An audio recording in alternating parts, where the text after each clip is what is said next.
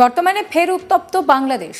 বাংলাদেশের জাতির পিতা শেখ মুজিবুর রহমানের বাড়ি ভাঙচুরের পর থেকে ফের নতুন করে উত্তপ্ত হচ্ছে বাংলাদেশ। তবে এরই মধ্যে সীমান্তে অশান্তি থামছে না।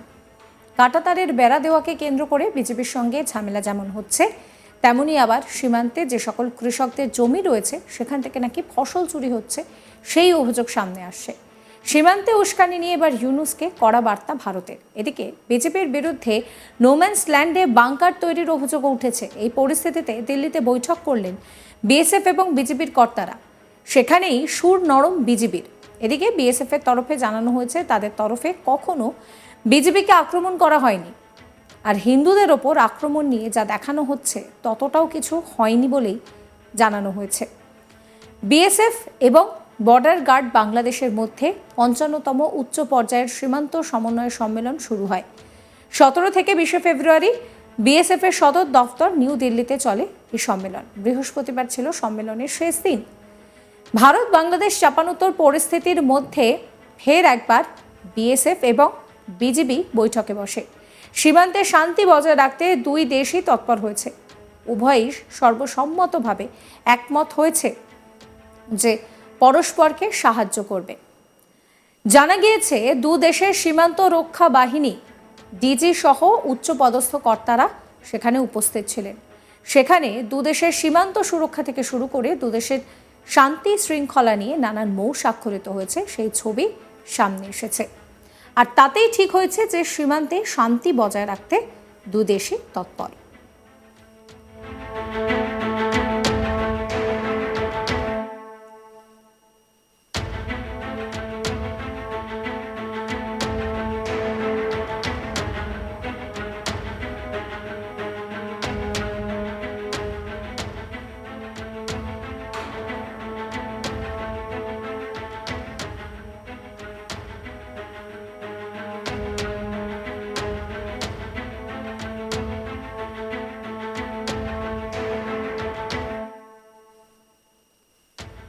উভয় সর্বসম্মতভাবে একমত হয়েছে যে পরস্পরকে সাহায্য করবে। বৈঠকে সীমান্তে শান্তি জোরদার, সমন্বয় বৃদ্ধি এবং উভয় দেশের সীমান্তরক্ষী বাহিনীর মধ্যে পারস্পরিক সহযোগিতা জোরদার করার জন্য গঠনমূলক আলোচনা হয়।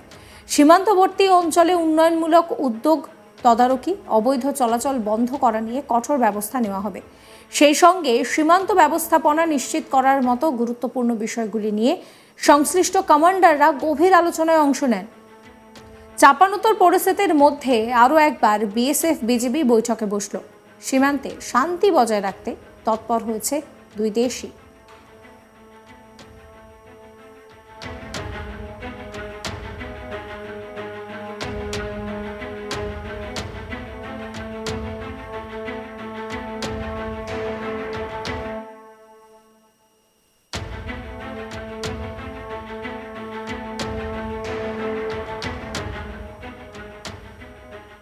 প্রসঙ্গত বেশ কিছুদিন আগে Jalpaiguri BSF integrated checkpost Phulbari সহ ভারত বাংলাদেশ সীমান্তে নিরাপত্তা জোরদার করেছে।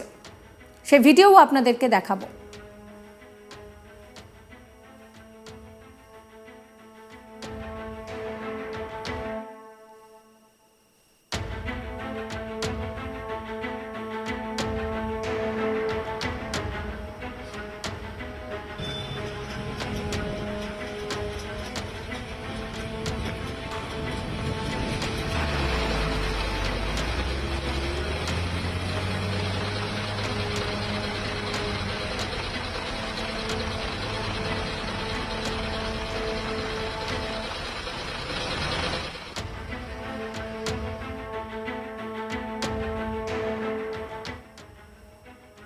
এ বিষয়ে বাংলাদেশের বাসিন্দারা বলছেন যে দুই দেশের পরিস্থিতি ঠিক হোক আর দুই দেশ সমঝোতার মধ্যে আসুক। বাংলাদেশের বাসিন্দা সুফল কি বলছেন শুনুন।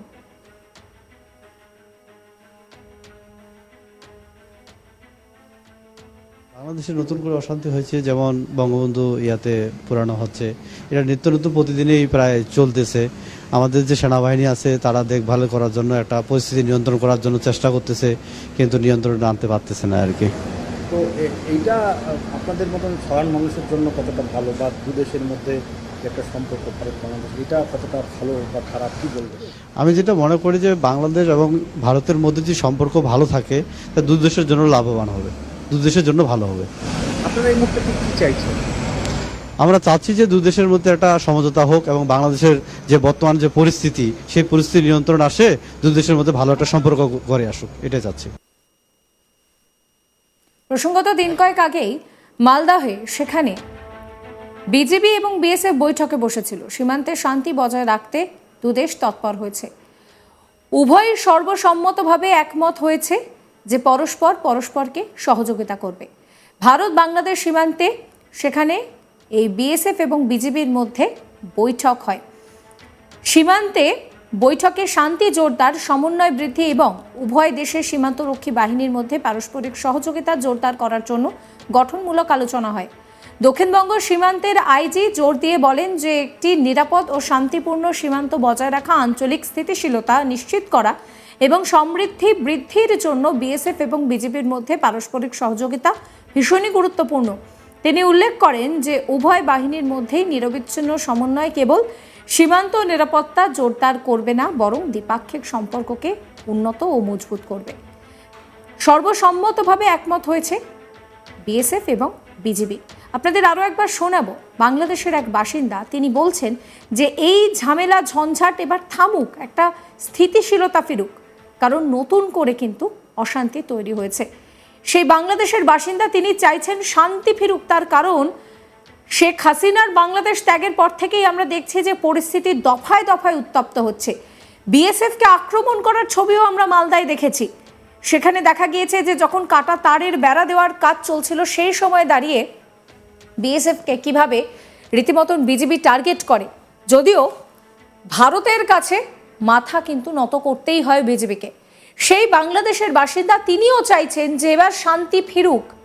কি বলছেন তিনি, শুনুন আপনারাও আরো একবার। বাংলাদেশে নতুন করে অশান্তি হয়েছে, যেমন বঙ্গবন্ধু পুরানো হচ্ছে, এটা নিত্য নতুন প্রতিদিনই প্রায় চলতেছে। আমাদের যে সেনাবাহিনী আছে তারা দেখভাল করার জন্য একটা পরিস্থিতি নিয়ন্ত্রণ করার জন্য চেষ্টা করতেছে, কিন্তু নিয়ন্ত্রণে আনতে পারতেছে না আর কি।